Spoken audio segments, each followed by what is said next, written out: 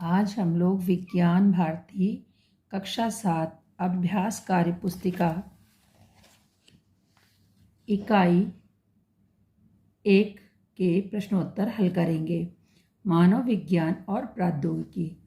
प्रश्न है, आपने दैनिक जीवन में प्रयोग होने वाली वस्तुओं के नाम लिखिए। अपने दैनिक जीवन में प्रयोग होने वाली वस्तुएं रिक्शा, मोटरसाइकिल, बस, साइकिल, घड़ी, मोबाइल, गैस चूल्हा, मंजन, साबुन, पंखा, कूलर, टीवी आदि हैं। उसके बाद अगला प्रश्न है, निम्नलिखित चित्रों को देखकर यातायात के प्राचीन संसाधनों पर ओल्ड तथा नवीन संसाधनों पर न्यू लिखिए।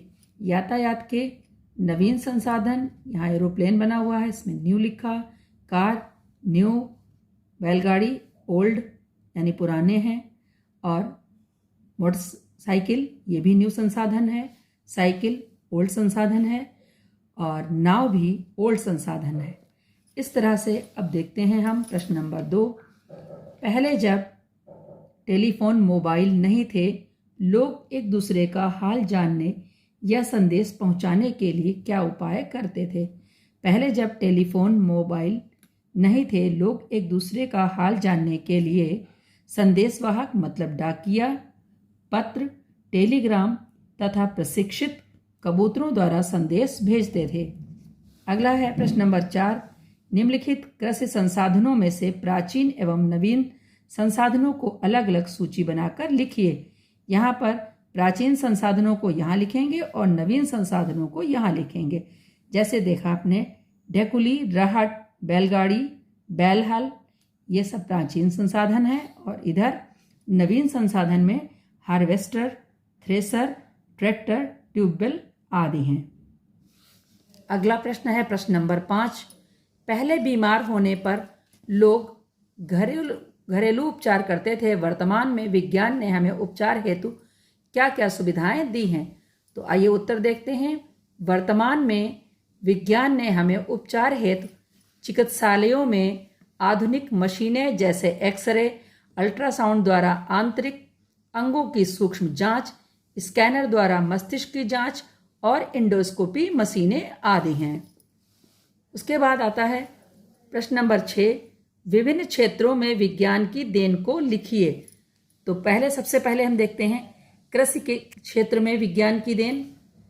कृषि के क्षेत्र में वैज्ञानिक आविष्कारों जैसे ट्रैक्टर, ट्यूबवेल, कीटनाशक दवाइयाँ, अच्छे बीज आदि से कृषि में वृद्धि हुई है। फिर है यातायात के क्षेत्रों में विज्ञान की देन मेट्रो, हवाई जहाज हैं। अगला है चिकित्सा, हैजा, मियादी बुखार आदि के सफल इलाज हेतु नई औषधियों की खोज हुई है। फिर है मनोरंजन के साधन टीवी, मोबाइल, कंप्यूटर आदि हैं। अगला है शिक्षा, देश विदेश के अध्यापकों द्वारा टीवी पर कार्यक्रम दिखाया जाता है, यानी देश विदेश के अध्यापक टीवी पर कार्यक्रम जो दिखाए जा रहे हैं उनसे जुड़ करके हम लोग भी उनको देख सकते हैं। फिर है अंतरिक्ष, ग्रहों की जानकारी प्राप्त करना जैसे चंद्रयान। अगला है रक्षा, बच्चों रक्षा का ये लिखा हुआ है यहाँ पर। रक्षा के क्षेत्र में हमारे देश ने राफेल, तेजस, सुखोई जैसे लड़ाकू विमान तैयार कर लिए हैं। और ईंधन के लिए ये लिखा हुआ है, वर्तमान में पेट्रोल, डीजल, खाना पकाने की गैस जैसे ईंधन का उपयोग हो रहा है। फिर है उपचार, लंबी दूरी कम समय में तय करने के लिए सुपरसोनिक जेट और हेलीकॉप्टर का निर्माण हुआ है। अगला है प्रश्न नंबर 7।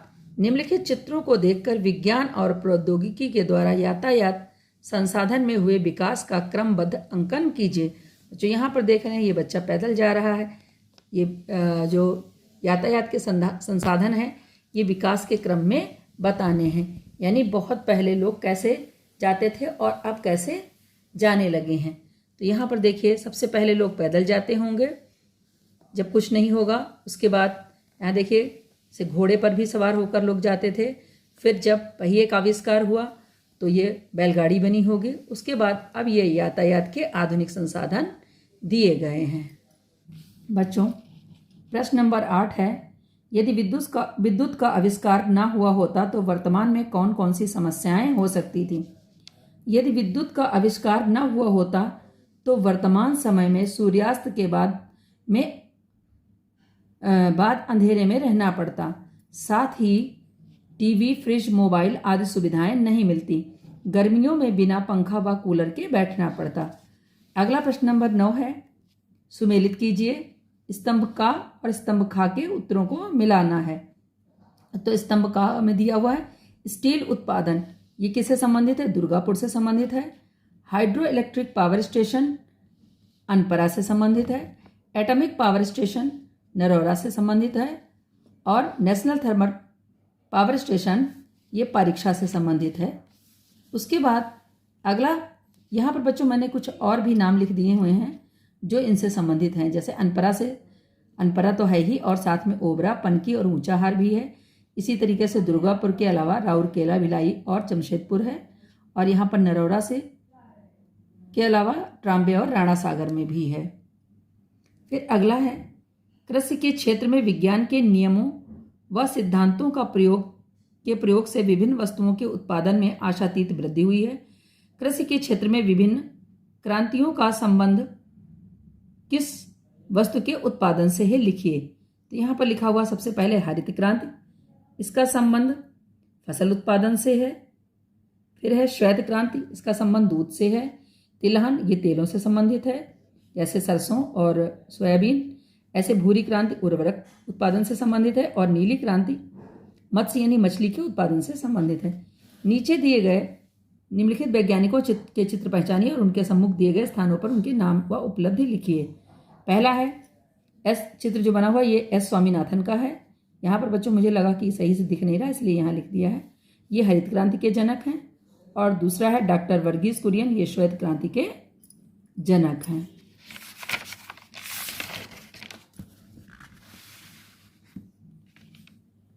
फिर है निम्नलिखित दिए गए शब्दों में से उचित शब्द चुनकर रिक्त स्थानों की पूर्ति कीजिए। यहाँ पर जो शब्द दिए गए हैं इन्हीं को भरना है। तो अपनी भौगोलिक स्थिति जानने के लिए जीपीएस का प्रयोग करते हैं। बी है प्रश्न, पृथ्वी, अग्नि और त्रिशूल ये भारतीय मिसाइल हैं। एलपीजी खाना बनाने की गैस है। टेलीफोन लाइन से जुड़ा नेटवर्क इंटरनेट कहलाता है। अगला है प्रश्न नंबर 13, विज्ञान और प्रौद्योगिकी के विकास के कारण मनुष्य को लाभ ही नहीं मिला बल्कि इससे अनेक प्रकार की हानियां भी हुई हैं। नीचे दिए गए चित्रों को देखकर उन हानियों को पहचानकर उनके कारणों को लिखिए। बच्चों नीचे यहाँ जितने भी चित्र दिए गए हैं, जैसे देख रहे हैं आप, चिमनी से धुआं निकल रहा है। पराली जो कि धान काटने के बाद बचा वाला हिस्सा होता है उसको हम लोग पराली बोलते हैं। और उसके बाद है वाहनों से निकलने वाला धुआं, पराली को पुआल या पैरा भी कहते हैं। उपरोक्त तीनों चित्र वायु प्रदूषण के स्रोत हैं। वायु प्रदूषण से मानव में दमा, अस्थमा रोग हो जाता है। साथ ही जीव जंतु और पेड़ पौधों को भी हानि पहुंचती है। अब प्रश्न नंबर 14, यदि वर्तमान में ईंधन के रूप में एलपीजी और सीएनजी का प्रयोग न होता तो पर्यावरण पर पड़ने वाले नकारात्मक प्रभावों को लिखिए। एलपीजी और सीएनजी एक धुआं रहित ईंधन है। इसके प्रयोग से वायु प्रदूषण में कमी आई है। जब से खाना पकाने में एलपीजी का प्रयोग होने लगा है तब से लकड़ी कटान में भी कमी आई है। एलपीजी की full form liquid petroleum gas या तरल पेट्रोलियम गैस है। इसी तरीके से सीएनजी की full form compressed natural gas है, जिसे बच्चों याद कर लीजिएगा। अगला है प्रश्न नंबर 15, विज्ञान और प्रौद्योगिकी के विकास से लाभ ही नहीं बल्कि हानि भी हुई है। पर्यावरण असंतुलित हुआ है जिस कारण वातावरण में प्रदूषण बढ़ता जा रहा है। निम्नलिखित चित्रों को देखकर उन प्रदूषणों के नाम व कारण लिखें। यहाँ पर कारखानों से निकलता हुआ वाहित मल है, जैसे ये सीवेज, इसको सीवेज भी बोलते हैं। और यहाँ पर भी पॉलीथीन, प्लास्टिक की थैलियाँ ये सब पड़ी हुई हैं। कारखानों से निकलने वाली सीवेज में जहरीले प्रदूषक जैसे साइनाइड, शीशा आदि होता है जो मछलियों व अन्य जीवों द्वारा मनुष्य के शरीर में पहुंच जाता है। बड़ी मात्रा में घरेलू अपशिष्ट पदार्थ जैसे सिंगल यूज प्लास्टिक नदियों में बहा देते हैं, इससे भी जल प्रदूषण होता है। अगला प्रश्न नंबर 16 है, मृदा प्रदूषण क्या है, इसके कारण लिखिए तथा मृदा प्रदूषण के 2 अन्य प्रकार भी लिखिए। मानवीय गतिविधियों के कारण मिट्टी की गुणवत्ता और उर्वरता खत्म होती है, मृदा प्रदूषण कहते हैं। मृदा प्रदूषण को बच्चों अंग्रेजी में सॉइल पॉल्यूशन कहते हैं। कारण इसके हैं औद्योगिक अपशिष्ट जैसे चीनी मिल से निकलने वाला रसायन, घरेलू कूड़ा करकट, प्लास्टिक, कांच, पॉलीथीन आदि, कृषि रसायन जैसे कीटनाशक पदार्थ, वनों की कटाई से मिट्टी की उपजाऊपन नष्ट हो जाती है। मृदा प्रदूषण के अन्य प्रकार हैं रासायनिक प्रदूषण, रेडियोधर्मी प्रदूषण। बच्चों इस तरीके से सभी प्रश्न अपने अच्छे से हल कर लीजिएगा।